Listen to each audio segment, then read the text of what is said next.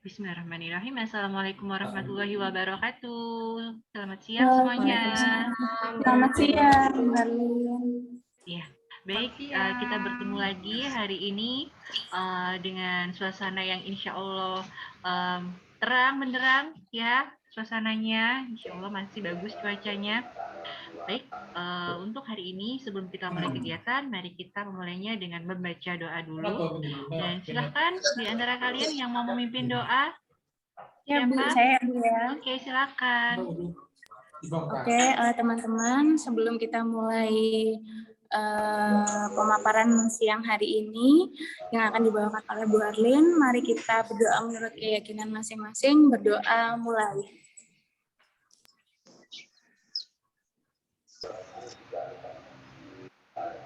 Berdoa selesai. Terima kasih. Oke. Ya. Oke, setelah berdoa sepertinya kok ini sudah ada yang mulai lelah ya. Sudah mulai lelah, sudah ada yang mulai mengantuk karena siang-siang ya. Bolehlah dipimpin satu orang untuk energizing dulu ya? Boleh ya? Iya, boleh Bu. Silakan. Oke, ini sudah siang ya Ibu-Ibu. Terima kasih atas kesempatannya Ibu Harlin. Silakan ikuti instruksi saya ya Bu ya. Nanti kalau udah saya semangat, kemudian yang terakhir diakhiri dengan asik-asik jos. Oke? Oke, saya kasih contoh dulu nggih. Ya. Oke, 1, 2, 3. Semangat, asik-asik jos. Oke. Kita ulang sama-sama nggih. Oke, 1, 2, 3. Semangat, asik-asik jos. Oke, berikan applause semuanya, terima kasih. Oke, baik. Langsung saja ya, sepertinya kita sudah mulai bersemangat, sudah mendapatkan energi yang sangat menarik. Asik-asik jos, semoga kita juga jos hari ini. Baik, saya share screen dulu.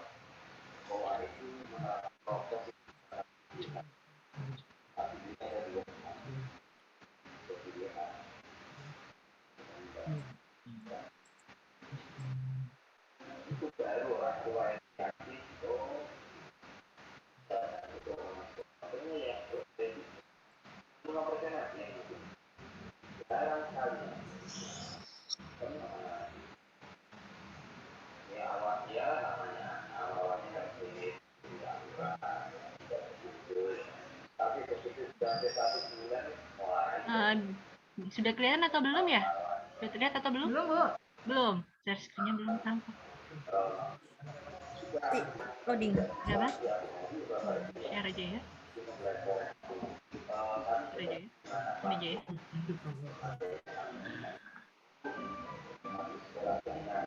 Sudah tampak? Baik, sudah tampak ya. Bismillahirrahmanirrahim.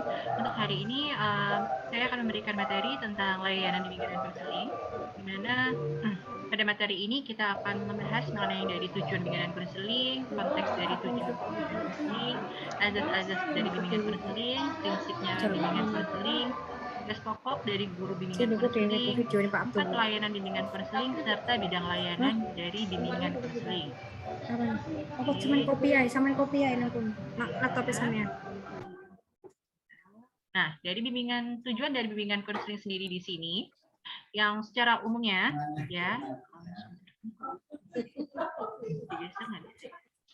Oke, bertujuan untuk mengembangkan peserta. Bisa dipindah ya. Bertujuan untuk mengembangkan peserta didik untuk mencapai kemandirian dan menjadi pelajar Pancasila yang secara umumnya tujuan bimbingan konseling sendiri adalah membantu peserta didik di mana agar dapat mencapai kematangan serta kemandirian dalam kehidupannya serta menjalankan tugas-tugas perkembangan yang mencakup aspek pribadi, sosial, belajar, karir yang secara utuh dan optimal.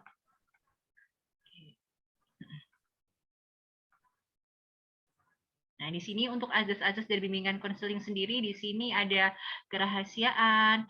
Yang pasti sebagai seorang guru BK, saya harus menjaga kerahasiaan dari apapun yang kalian ungkapkan kepada saya. Setelah itu ada kesukarelaan, keterbukaan, keaktifan, kemandirian.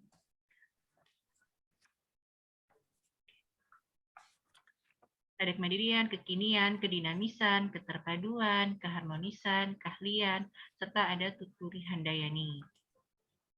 Dan prinsip-prinsip dari bimbingan konseling di sini sendiri kurang lebihnya ada 12.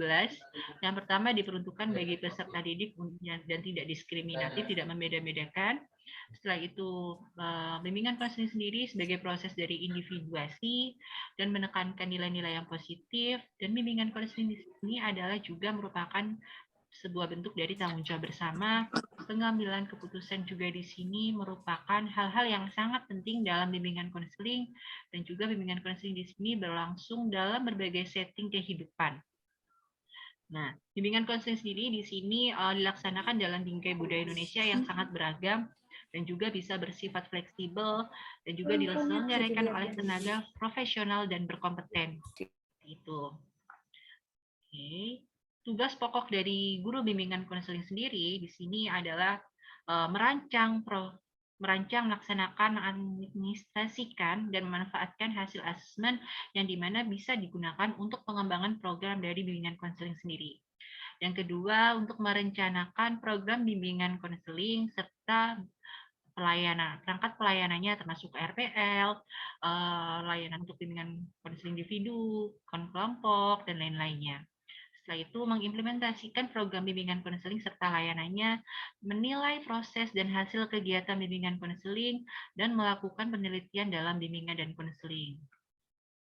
Nah, ini ada 4 komponen layanan bimbingan dan konseling. Ada layanan dasar, responsif, peminatan, dan perencanaan individual.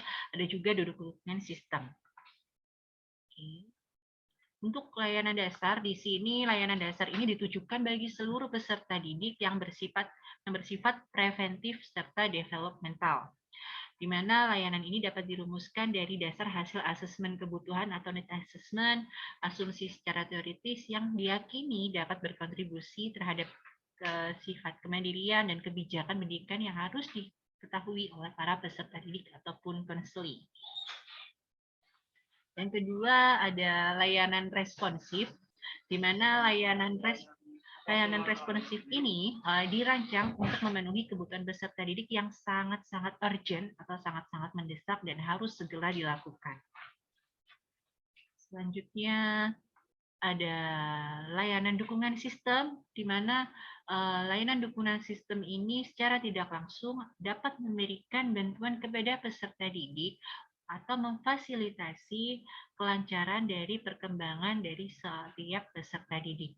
Seperti itu. Oke. Nah, selanjutnya ada bidang layanan bimbingan dan konseling, ada pribadi, sosial, karir, dan belajar. Di mana bimbingan yang layanan pribadi di sini bertujuan untuk membantu peserta didik untuk mampu memahami potensi serta memahami kelebihan dan kekurangannya, baik fisik maupun psikis, kemudian dapat mengembangkan potensinya untuk mencapai kesuksesan, menerima kelemahan kondisi dari dirinya dengan baik, setelah itu mencapai keselarasan perkembangan antara cipta karsa, dan yang terakhir adalah mencapai kematangan atau kedewasaan.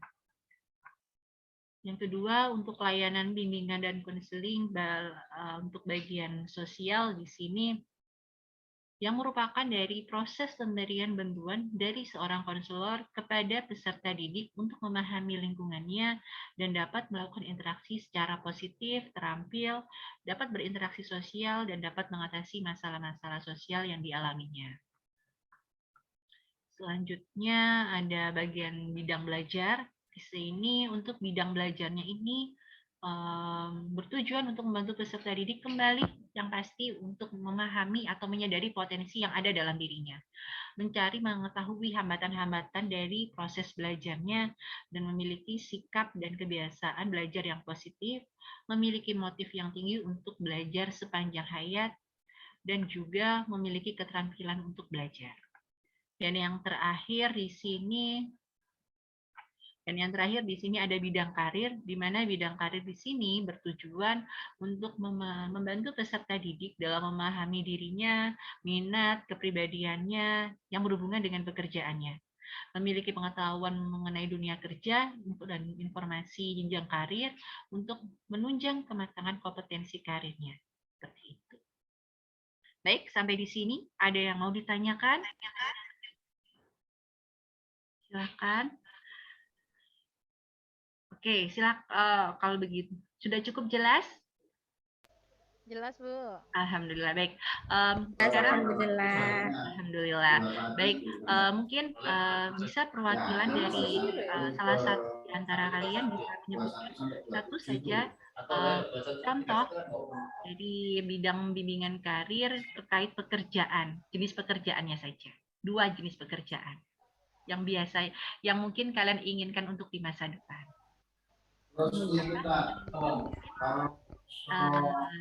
Ramadan. Kita Reza mungkin dari bidang pendidikan.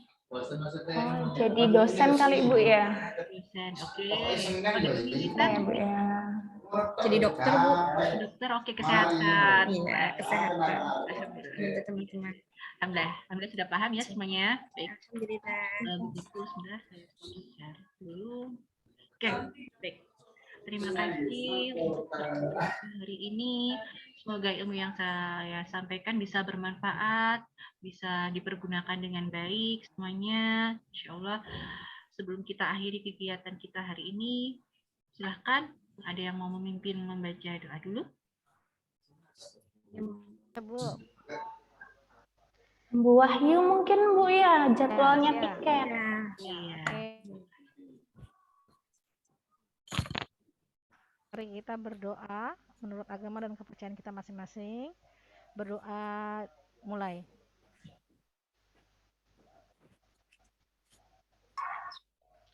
Berdoa selesai. Terima kasih.